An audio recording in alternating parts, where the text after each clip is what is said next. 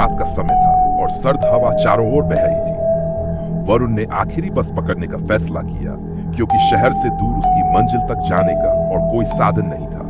वह bus stop पर खड़ा था जब एक पुरानी धूल से ढकी बस उसके सामने आकर रुकी। बस देखने में बेहद पुरानी और खंडहर जैसी थी, लेकिन वरुण ने ध्यान नहीं दिया। उसे घर पहुंचने की जल्दी थी।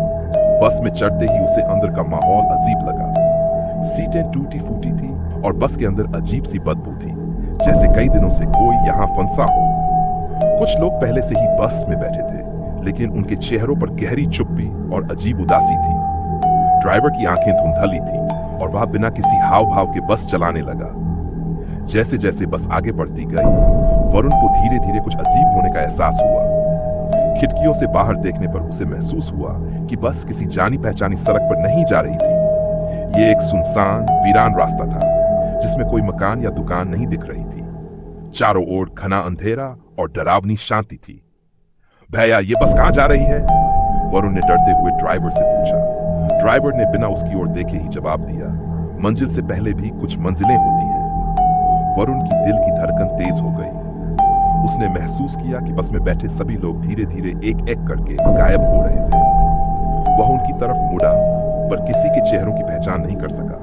वे सब धुंधले और परछाई जैसे लग रहे थे। उसकी घबराहट बढ़ती जा रही थी। कुछ ही देर बाद बस अचानक रुक गई। बाहर घना कोहरा था और बस के दरवाजे खुद ब खुद खुल गए। ड्राइवर ने बिना उसकी ओर देखे कहा, यहां उतर जाओ।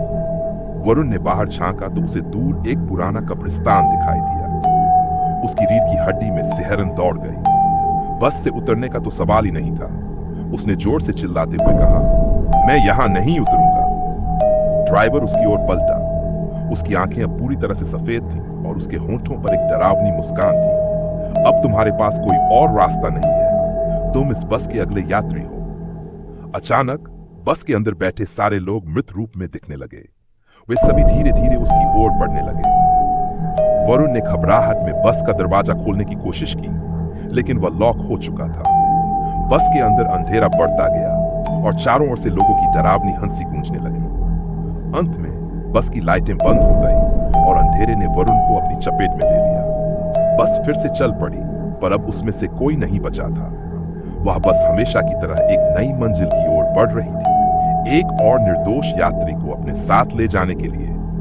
कहते हैं उस रात के बाद उस बस को कभी किसी ने नहीं देखा, लेकिन जब भी कोई रात के समय आखिरी बस पकड़ने की कोशिश करता है तो वह बस कभी कभी दिख जाती है, लेकिन जो भी उसमें चढ़ता है वो फिर कभी वापस नहीं लौटता।